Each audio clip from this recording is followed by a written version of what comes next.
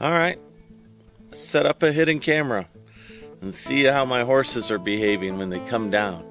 They saw me pull in, so I have an idea that they're going to be down for 5 o'clock. It's dinner time, 5:30. Let's feed them, see what happens. Feed time!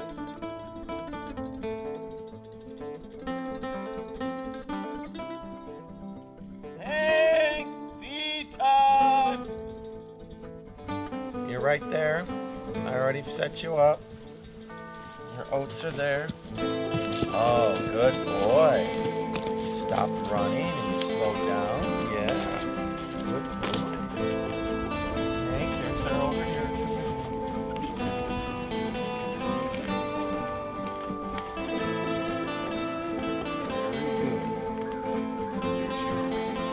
Now, what you couldn't see is when they got to the truck, and maybe you could hear it on the camera, they stopped running when they saw that I saw them, and I pointed and they stopped. And then they walked in calm and went to their spot. So I think I've got them trained. I'm gonna leave old Blaze off his, normally I've been tethering him, and I'm gonna leave him off and see how he handles the offness. If he goes over and bullies Hank right away, I'll tether him for another couple of days and get him used to it. But I would rather not. I got to remember to let him off. I would rather just do it just like this, nice and calm. Everybody's happy. There's old Blaze, and there's old Hank. We're doing good, everybody. So let me get working on that house. I'm definitely, this dust and this heat, I'm sorry, 112 today, and no rain again. It's just wearing me out. Let me get in here and do some work in this shipping container.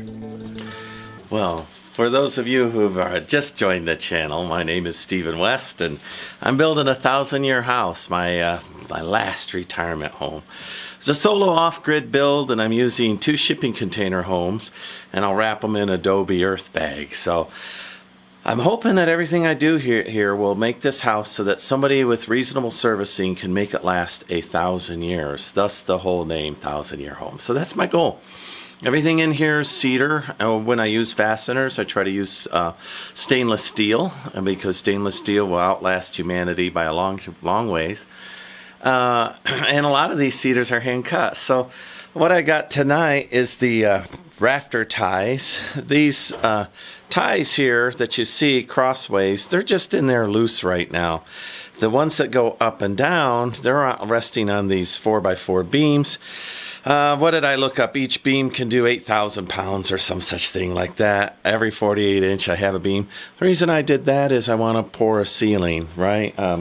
There'll be a porch, upstairs balcony, if you will, on top of this Adobe home with a 40-inch high security wall all the way around it.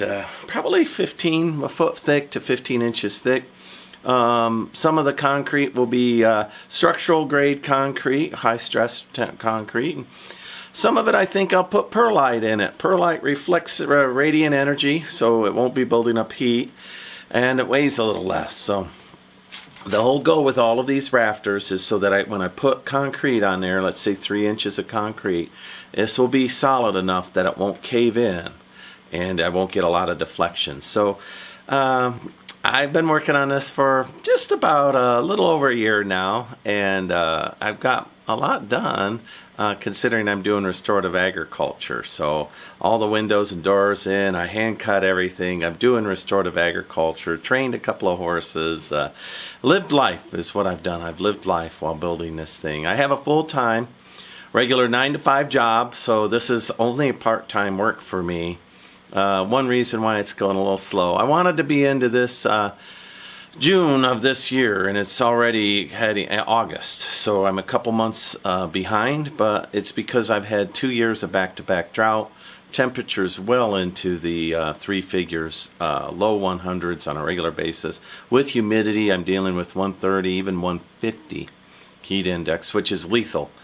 So I can only work 10, 15, 20 minutes. So I come shoot a little bit of video, do a little bit. So today's thing is to screw in some of these. And as soon as I get hot and overheated, you'll see that I'll go inside. And then I'll come back out and I'll do it again for a little bit.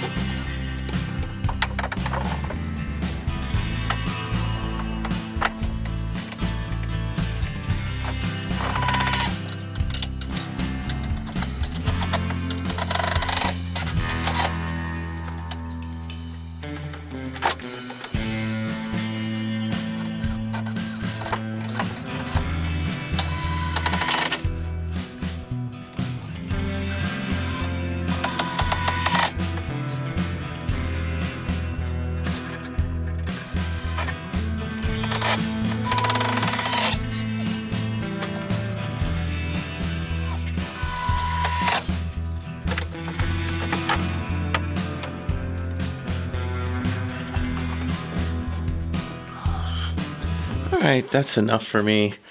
I did 1 row and a half. I'm going to go in, get something to drink, take it easy for a couple of minutes. And I come back, I might zoom in a little bit on what I'm doing. Those rafter ties are just designed when I load that. I don't want the 2x4s that are up there, and they are wedged in there. They're in there and they're screwed. They're already toe-nailed in. But I don't want any of them to flip. So that's what those ties are there to do. Again, the structural component of shipping container home for me is the shipping container. The post that I'm putting in here is just additive, right? It's just a part of the benefit of the shipping container, and I can attach through the steel, which I have for all of these posts. They're all attached to the walls and to the floor, and the floors I try to get down to where there's a metal joists running underneath, and they run every I guess 12 inches, because these are designed, these shipping containers, to put big fork trucks inside, the big heavy 10,000 pounders or more inside these shipping container homes, shipping containers. So they're built really well, and so adding wood inside is it's just to break up the monotony of the long, thin tunnel, and I'm going to go with a cloister vibe. I'm just going to double down. That's why I have these stained glass windows installed, so people will feel like they're in a little cloister here. I'll walk back into the office. This office will serve as a guest bedroom as well. But this one has, right now I have level 3 drywall in there, and I'm shooting for level 4 or level 5. Now, I might not have to hit level 5, which is clean stuff for a smooth wall, because I'm going to end up using Venetian plaster. But it's what I always try. I shoot for level 5, and if I get close, then I'm happy.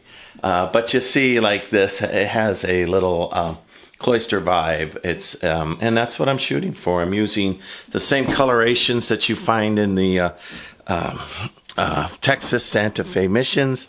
I said Santa Fe, it's hot, I'm overheated. Missions here in Texas, earth colors. And earlier I had put up a picture of all the earth in Texas, a satellite map of the earth colors. And I'm just building off of those colors, plus sky blue and mesquite green, spring green, and various shades. So this should be quite lovely. But right now what I'm doing is I'm working on the bathroom, and you see right there, they're designed to hold my drywall as well as support the ceiling rafters from rotational energy. Now these won't rotate because they're set flat, but the other pitch in the office, they're set on end. So I changed it up the rest of the house in order to get a couple more inches of roof. I rotated those. So, I haven't finished down here because that'll be tied into a timber that'll hand cut and having the edge. And you could see some of the hand-cut timbers here. In the corner you can see I've got timbers, but here along the door, for example, these are hand-cut. So I'll hand-cut some more timbers here. Man, I wish it wasn't so hot. I wish I was a younger man. I wish I had more than just me out here, but it's just me. And I'm stubborn, and that is both a sin and a virtue. And when you want to build something like this way off grid where it's hard work, it's a virtue. And but I still have to respect my humanity, and I don't know, this heat has got me whipped. The dust has got me whooped. I don't have allergies, but I do get cedar fever, and right now I can just feel I'm super congested. I could hear it in my voice. I'm worn down, like just